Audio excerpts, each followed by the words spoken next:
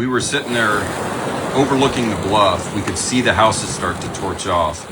And we kind of started coming up with a soft plan on what we were going to do, because we both knew we were going to stay.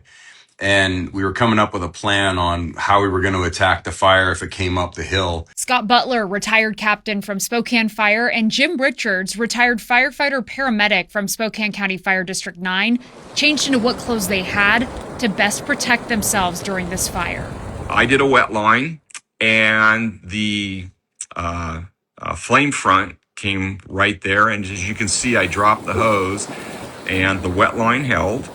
And just like that, their technical training came back, but the supplies this time, so much different. We've never fought so much fire with so little water, ever. Never would have dreamed that I would be doing something like that years ago. We were in a firefight with one bullet. Yeah, pretty much. Yep.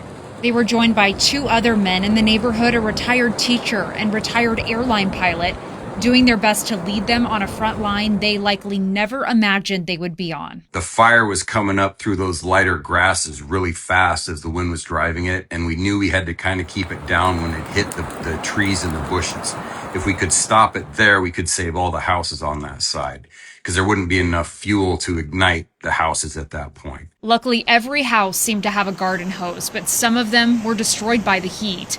And there were moments where the wind shifting meant a completely different outcome.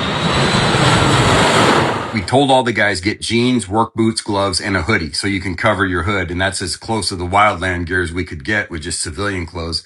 And there was a point where Joe and I had to lay down on that gravel road as the smoke and everything overtook us. We couldn't breathe. There was so much stuff blowing into our eyes and faces. And as we laid down, I had this overwhelming sense of guilt that I was going to get Joe hurt.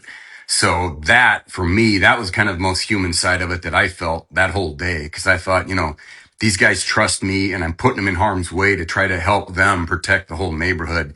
And I was afraid that I was going to get one of them seriously hurt or worse at that point. Jim and Scott weren't able to save every home on that block, but they did save most. And as for the video Jim took, he wanted his neighbors to know they did everything they could that day. I knew that the neighbors would never know what happened if they didn't see it.